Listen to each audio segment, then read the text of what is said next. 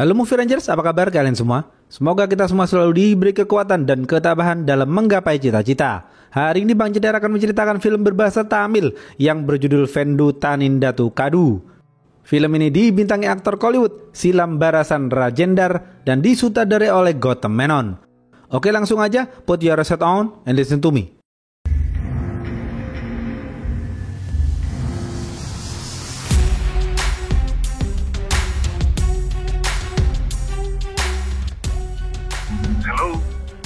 Pemeran-pemeran film ini antara lain Muthu adalah pemuda miskin, Fanan adalah teman Muthu, Karji adalah mafia yang berasal dari Tamil, Kutti adalah mafia yang berasal dari Malayalam. Muthu adalah seorang pemuda miskin yang berstatus yatim. Muthu tinggal bersama ibu dan adiknya. Muthu bekerja sebagai penebang pohon kering yang berduri. Setiap pagi, Muthu menebang ranting-ranting pohon yang berduri dan meletakkannya di pinggir dengan berjajar rapi. Siang hari, tetangga Muthu datang menghampiri Muthu hanya untuk sekedar menyapa sembari mengudut. Tetangga Muthu lalu kembali pulang. Setelah itu, Muthu beristirahat sejenak. Tiba-tiba, Muthu melihat asap. Muthu berdiri dan melihat api yang membakar ranting-ranting pohon yang sudah ia tebang. Muthu langsung berlari dan mencoba memutus jalur api itu, namun terlambat. Api itu sudah terlanjur membesar. Muthu lalu terjatuh di antara duri-duri. Sekujur tubuh Muthu tertancap banyak duri. Muthu kesakitan dan mencoba berdiri. Muthu berjalan pulang ke rumahnya. Muthu berteriak memanggil ibu dan sang adik agar segera mengobatinya. Sang ibu dan adik Muthu sedih melihat sekujur tubuh Muthu penuh dengan duri. Mereka berdua langsung mengobati Muthu. Muthu menahan rasa sakit ketika sang ibu dan adiknya mencabut duri-duri itu. Setelah diobati, Muthu merasa lebih baik.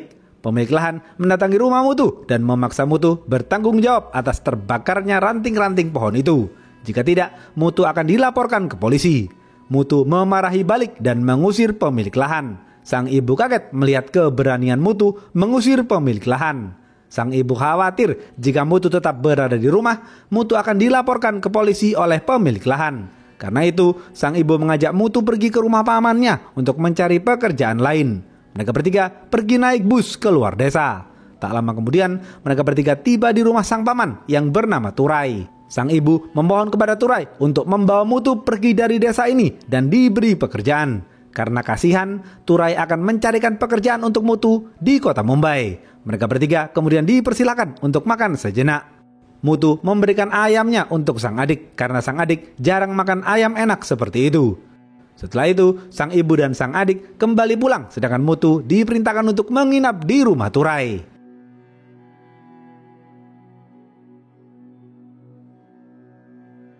Muthu diberi uang oleh Turai untuk membeli baju. Muthu lalu pergi ke pasar dan membeli beberapa baju baru.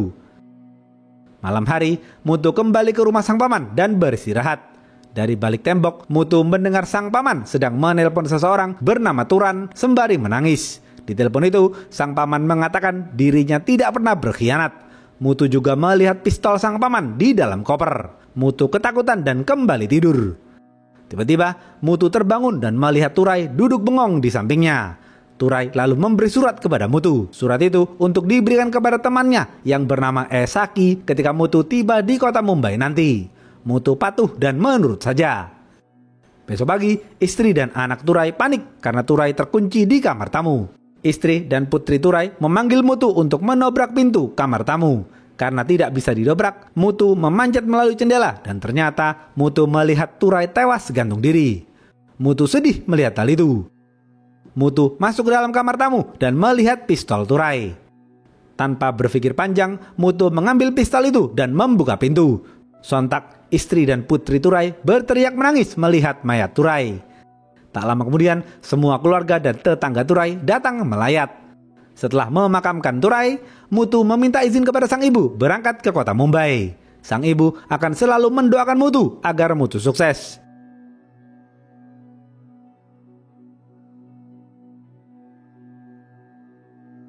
Dalam hidup Mutu, baru kali ini Mutu naik kereta dan pergi ke kota besar. Mutu tidak tahu dan tidak kenal siapapun. Setibanya di stasiun Mumbai, Mutu bertanya kepada warga di sana mengenai alamat restoran milik Esaki. Di stasiun, secara tidak sengaja, Mutu bertemu dengan pemuda Malayalam yang baik hati bernama Daran. Mereka berdua berkenalan satu sama lain. Tak lama kemudian, Daran dijemput paksa oleh beberapa preman Malayalam. Mutu melanjutkan perjalanan untuk mencari alamat restoran Esaki. Tak lama kemudian, Mutu tiba di restoran Esaki dan bertemu dengan Esaki. Awalnya, Mutu ditolak dan diusir hingga anak buah Esaki yang terkuat bernama Masa hampir memukul Mutu. Mutu lalu memberikan surat yang dititipkan Turai padanya. Setelah dibaca Esaki, Esaki akhirnya mengerti bahwa Turai bukan pengkhianat. Turai hanya dituduh. Esaki lalu menerima Mutu dan menyuruh Mutu naik ke mes pegawai restoran yang berada di atas. Di restoran itu, Esaki memperkerjakan banyak lelaki. Mereka semua adalah anak buah Esaki yang loyal. Mereka semua tergabung dalam geng mafia orang-orang Tamil di kota Mumbai. Namun Mutu belum mengetahui semua itu. Di restoran itu, Mutu bersahabat dekat dengan anak buah Esaki yang bernama Fanan. Fanan membimbing Mutu dengan lemah lembut. Mutu mulai bekerja dan beradaptasi di sana. Selama berminggu-minggu, Mutu bekerja dengan baik. Mutu belajar bagaimana cara membuat roti dan menyajikan makanan kepada customer. Esaki menyukai Mutu karena Mutu giat bekerja dan tidak neko-neko.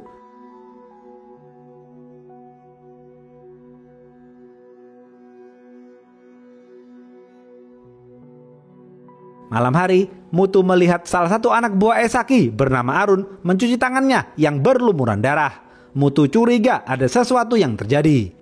Besok malam, Mutu melihat Masa memukuli orang Malayalam di dapur. Fanan menyuruh Mutu untuk tidak melihat hal itu.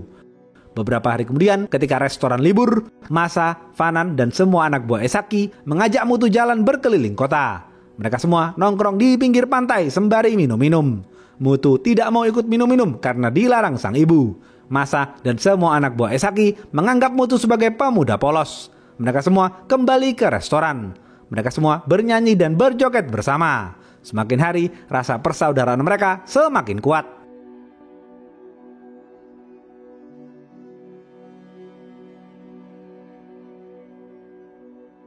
Tiba-tiba, kepolisian datang dan mencari pembunuh orang Malayalam. Semua anak buah Esaki panik dan menyembunyikan senjata-senjata tajam mereka.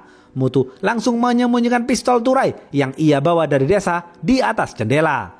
Polisi masuk ke dalam restoran dan memeriksa seluruh ruangan. Dan mereka tidak menemukan apapun. Kepolisian lalu kembali pulang. Besok pagi, Fanan mengajak Mutu pergi berbelanja. Mutu berniat membeli celana dalam karena stok celana dalamnya hanya sedikit. Mereka berdua tiba di toko pakaian. Di sana, Mutu dan Fanan bertemu dengan seorang pegawai toko bernama Pavai. Mutu jatuh hati kepada Pavai. Dengan malu-malu, Mutu membeli 3 celana dalam baru. Mutu kembali ke restoran dan bekerja seperti biasa.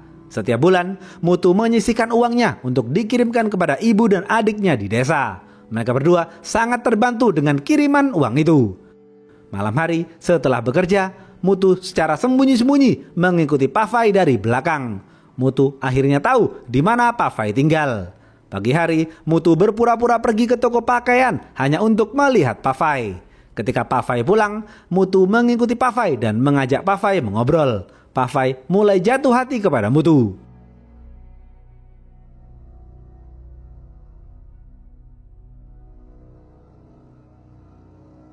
Beberapa hari kemudian, Mutu bekerja seperti biasa. Malam hari, setelah bekerja, Mutu dan teman-temannya jalan-jalan ke kota. Tak sengaja, Mutu bertemu dengan Daran. Spontan, Mutu menyapa dan mengajak Daran mengobrol. Namun, Masa dan yang lain memanggil Mutu dan menegur Mutu dengan keras. Arun melarang Mutu mengobrol dengan Daran karena Daran adalah anggota geng Malayalam yang tidak lain merupakan musuh geng orang-orang Tamil. Arun dan Masa memberitahu Mutu bahwa beberapa hari lalu mereka berdua telah menghajar anggota geng Malayalam hingga tewas.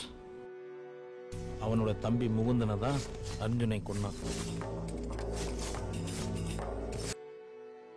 Mutu kaget mendengar hal itu. Mutu bertanya untuk apa mereka membunuh orang-orang Malayalam. Mereka menjawab, kita semua hanya menerima perintah dari atasan kita. Mereka semua kemudian pergi ke bioskop. Mereka semua menonton film Superstar Rajinikan. Di tengah-tengah menonton, Masa dan Mutu pergi ke kamar mandi untuk buang air kecil. Di kamar mandi, satu orang Malayalam yang mabuk menghina Masa. Masa langsung menghajar orang Malayalam itu. Mereka semua terlibat baku hantam. Spontan, Mutu membantu Masa dan menghajar balik geng Malayalam dengan keras. Fanam dan yang lain kaget melihat Mutu yang menghajar geng Malayalam hingga babak belur. Mereka semua kemudian kembali ke restoran. Mendengar perkelahian itu, bos geng Tamil bernama Karji menyuruh Turan agar memerintahkan Arun dan Masa untuk membunuh anggota geng Malayalam. Arun dan Masa langsung beraksi. Mereka berdua menginap di hotel sejenak, namun tiba-tiba ada yang membocorkan lokasi hotel mereka. Anggota geng Malayalam langsung menghajar Arun dan Masa hingga tewas. Pagi hari, mayat Arun dan Masa ditemukan di pinggir pantai. Mutu merasa sedih atas kematian Arun dan Masa. Mutu merasa ada yang tidak beres. Mutu menduga ada pengkhianat di kubu geng Tamil. Malam hari, mereka semua berkabung atas kematian Arun dan Masa. Mutu bertanya kepada Fanan apa yang sebenarnya terjadi. Fanan menjawab, inilah keadaan yang terus terjadi dari tahun ke tahun. Semuanya selalu seperti ini dan tidak pernah berubah. Bos kita adalah Karji. Karji selalu terlibat perang dengan geng musuh yang tidak lain adalah geng Malayalam. Bos anggota geng Malayalam bernama Kuti. Kita semua di sini hanya menunggu perintah dari Karji untuk membunuh geng Malayalam. Esaki, Turan, dan Turai pamanmu adalah anak buah Karji. Turai pamanmu itu dituduh bersekongkol dengan geng Malayalam untuk membunuh Karji. Tetapi kenyataannya Turai tidak berkhianat. Setelah mendengar semua cerita Fanan, Mutu tidak suka dengan keadaan di sana. Mutu ingin kabur dari sana, namun Mutu tidak tahu harus bagaimana. Beberapa hari kemudian, Mutu dan yang lain bekerja seperti biasa. Sore hari, Mutu ditugaskan untuk membunuh salah satu anggota geng Malayalam. Tugas itu adalah yang pertama kalinya bagi Mutu. Ketika malam hari sepi, dua teman Mutu langsung menghajar salah satu geng Malayalam hingga tewas.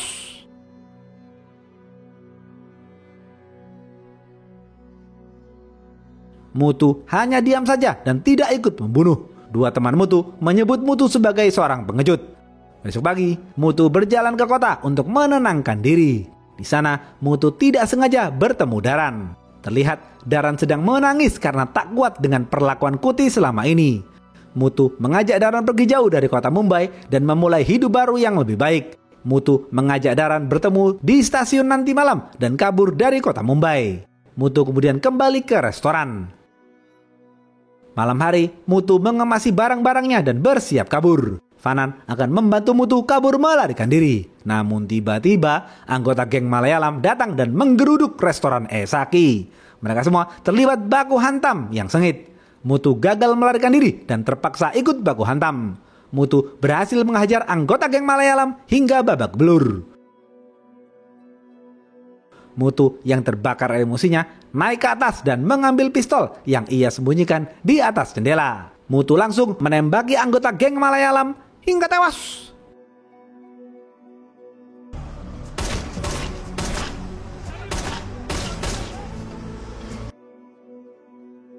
Setelah itu, Mutu dan anggota geng Tamil lainnya pergi ke markas geng Malayalam. Di saat yang bersamaan, beberapa anggota geng Malayalam berhasil menggagalkan Daran yang mencoba melarikan diri di stasiun. Setibanya di markas geng Malayalam, Mutu dan teman-temannya langsung menyerang. Mereka semua terlibat baku hantam yang sengit, namun Mutu melindungi Daran dan melarang teman-temannya untuk melukai Daran. Setelah Mutu dan teman-temannya berhasil membunuh geng Malayalam, mereka semua kembali ke restoran. Daran lalu kembali ke rumah Kuti dan melaporkan hal itu. Kuti memarahi Daran habis-habisan karena tidak membalas serangan geng Tamil. Padahal Daran memegang pistol. Kuti bertekad akan balas dendam kepada Karji dan anggota geng Tamil. Atas keberanian dan keberhasilan Mutu membunuh beberapa anggota geng Malayalam, Mutu dipanggil Karji ke hotel. Karji kagum dengan sosok Mutu yang dikenal pendiam namun ganas. Mutu lalu diangkat Karji menjadi tangan kanannya. Tanpa berpikir panjang, Mutu langsung setuju.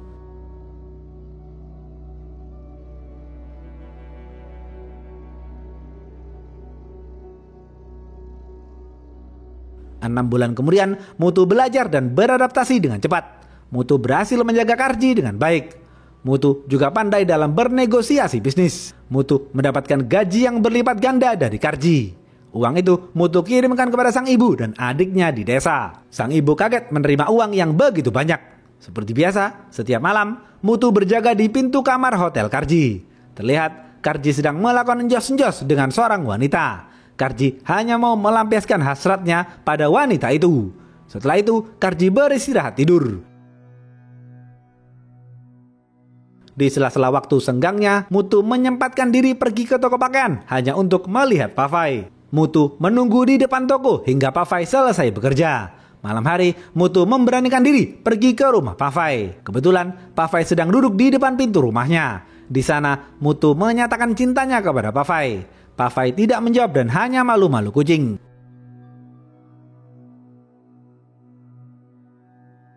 Pagi hari, seperti biasa, Mutu dan anak buah loyalis Karji lainnya menjaga Karji dan menemani Karji dalam berbisnis.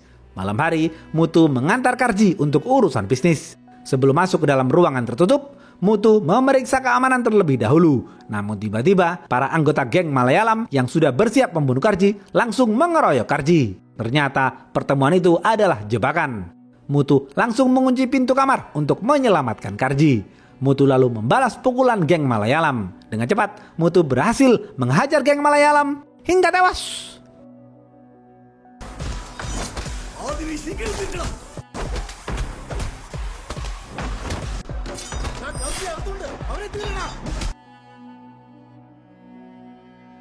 Setelah itu, Mutu membawa Karji kembali ke hotel. Mutu yang terbakar emosinya memanggil teman-temannya di restoran Esaki dan bersiap menggeruduk rumah Kuti. Mereka semua bersiap untuk menyerang. Terlihat seorang mata-mata geng Tamil yang ditempatkan di geng Malayalam bernama Denny membukakan pintu rumah Kuti agar Mutu dan teman-temannya bisa masuk dengan mudah.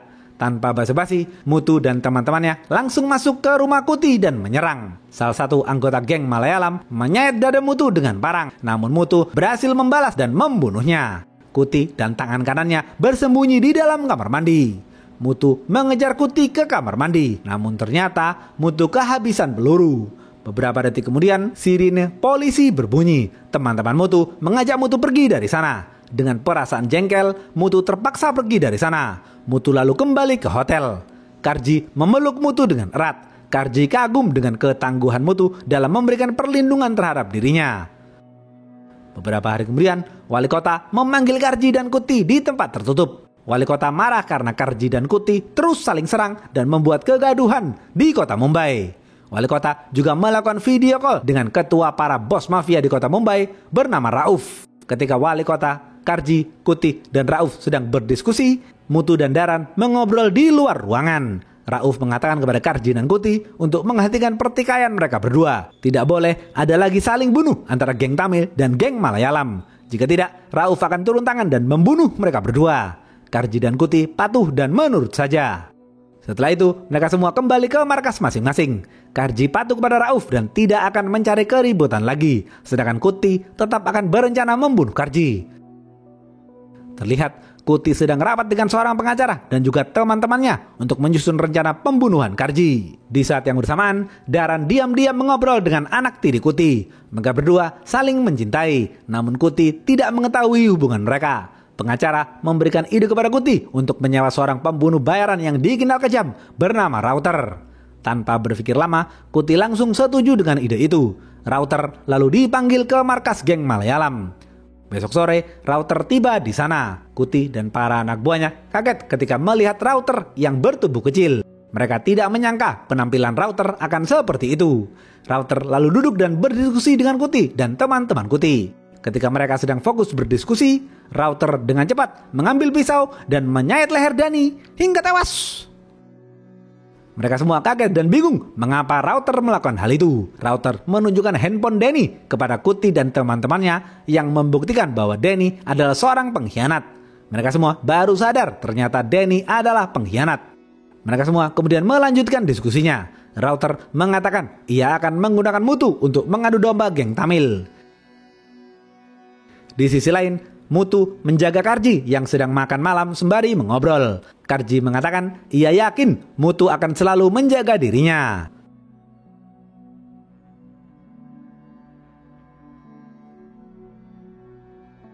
Mutu lalu keluar kamar sejenak. Di sana, Mutu melihat Pak Fai yang akan masuk ke salah satu kamar hotel. Mutu kaget melihat hal itu. Mutu menghampiri Pak Fai dan bertanya mengapa ia datang ke hotel itu. Ternyata Pak Fai dipaksa bosnya untuk melakukan enjos-enjos. Jika Pak Fai menolak, bosnya akan memecat Pak Fai. Mendengar hal itu, Mutu marah dan langsung menghajar bos Pak Fai. Mutu lalu mengantar Pak Fai pulang ke rumahnya. Tanpa basa-basi, Mutu memberikan sejumlah uang kepada kedua orang tua Pak Fai untuk menikahi Pak Fai. Kedua orang tua Pak Fai langsung setuju.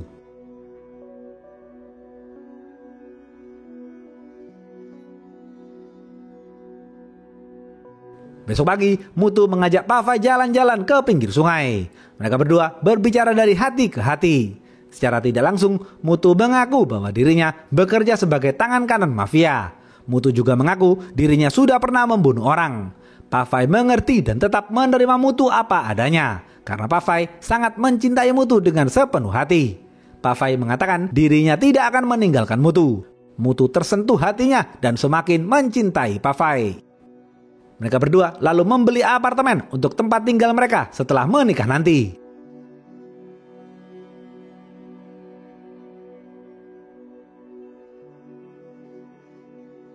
Setelah membeli apartemen dan beberapa barang, Mutu memanggil ibu dan adiknya untuk datang ke kota Mumbai. Mutu menunjukkan apartemen yang baru ia beli. Mutu juga mengajak serta ibu dan adiknya pergi ke restoran Esaki. Mutu mengaku kepada sang ibu, ia bekerja sebagai pembuat roti. Setelah makan, Mutu mengajak mereka berdua bertemu dengan Pak Fai dan keluarganya. Tak lama kemudian, Mutu dan Pak Fai menikah. Karji dan semua anggota geng Tamil turut meramaikan acara. Karji memerintahkan Mutu untuk libur selama beberapa hari ke depan. Setelah menikah di kuil, mereka berdua pulang ke apartemen dan melakukan malam pertama.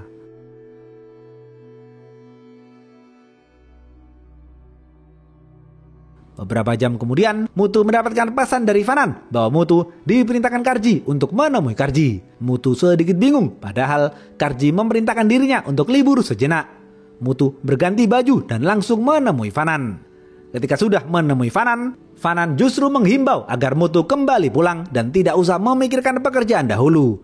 Mutu semakin bingung. Mutu menurut saja dan kembali pulang. Setibanya di apartemen, Mutu kaget karena Pak Fai tidak berada di sana.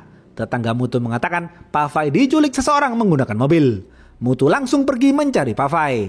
Mutu menelpon Fanan dan meminta tolong. Fanan mengatakan, Mutu, mungkin saja Pak Fai diculik oleh Karji, karena Karji dikenal mata keranjang. Mutu emosi mendengar hal itu dan langsung pergi ke hotel. Setibanya di kamar hotel, Mutu melihat Karji mabuk berat dan tidak bisa diajak bicara dengan jelas. Mutu lalu mencari Pak Fai ke dalam kamar. Di sana, Mutu melihat Pak Fai lemas di bawah lantai. Mutu menduga Karji pasti telah berbuat nakal kepada Pak Fai. Mutu emosi dan menodongkan pistol ke arah Karji. Namun Karji ngotot, ia tidak tahu kalau Pak Fai bisa berada di dalam kamarnya. Mutu menahan emosinya sejenak dan berpikir, Mutu masih yakin Karji tidak mungkin melakukan hal itu. Tiba-tiba dengan cepat, Router datang dan merebut pistol di tangan Mutu. Router langsung menembak kepala Karji hingga tewas.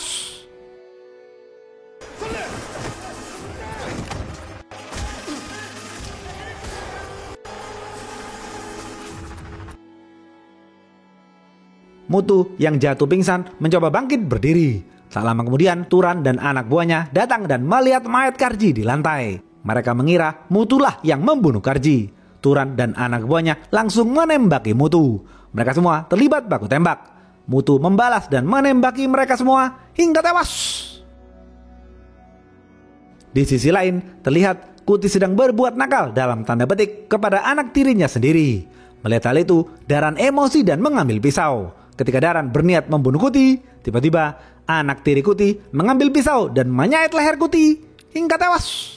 Daran dan anak tiri Kuti lalu kabur melarikan diri.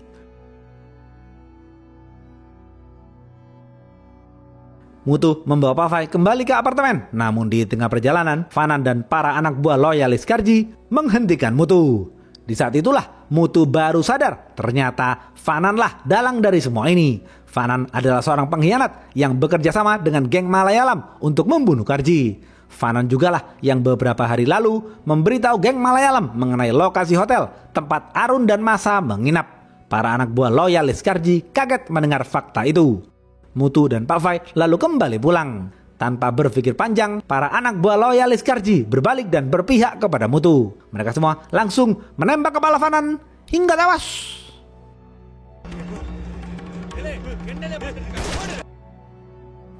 Setibanya di apartemen, Mutu membimbing Pafai ke tempat tidur. Tiba-tiba, Router datang dan menyerang Mutu. Mereka berdua terlibat baku hantam. Dengan ketangguhan dan kelincahan Router berhasil memotong jari kelingking Mutu. Router lalu kabur melarikan diri. Mutu dan Pafai pergi ke rumah sakit untuk mengobati tangan Mutu. Pafai menyumbangkan darahnya untuk Mutu, sang suami tercinta.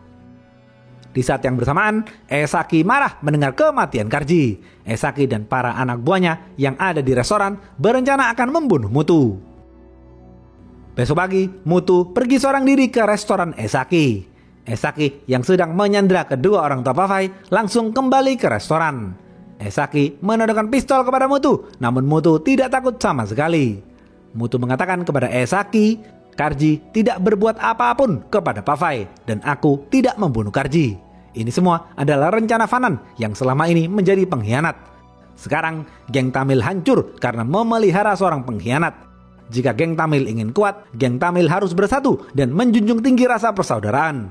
Aku tidak akan jadi seperti kau, Esaki. Kau menjadikan orang-orang perantau Tamil sebagai budak di restoranmu.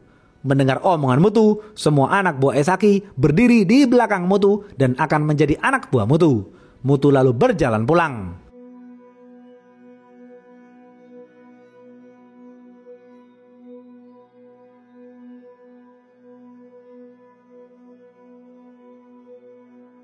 Lima tahun kemudian, Mutu menjadi ketua geng Tamil. Mutu mempunyai seorang putra yang baru berumur 3 tahun. Namun putranya dibunuh oleh mafia lain. Mutu menduga yang membunuh putranya adalah mafia kota Mumbai bernama Samir. Mutu bersiap perang untuk membunuh Samir. Mendengar rencana Mutu, wali kota akan mengadakan pertemuan dan mengundang semua mafia kota Mumbai, mulai dari Samir, Kamlesh, dan Rauf. Mutu naik helikopter pribadi dan berangkat ke kota Allahabad untuk menghadiri pertemuan dengan para mafia. Mutu datang dan hanya dikawal oleh 2 bodyguardnya. Di pertemuan itu, Mutu marah kepada Samir yang telah membunuh anaknya. Samir ngotot bahwa dirinya tidak membunuh anak Mutu. Tak lama kemudian, Rauf datang dan mengaku bahwa dirinya lah yang membunuh anak Mutu. Rauf melakukan itu karena Rauf merasa Mutu tidak patuh padanya. Mutu hanya terdiam dan menunduk. Mutu mengatakan, "Go to the hell, Rauf."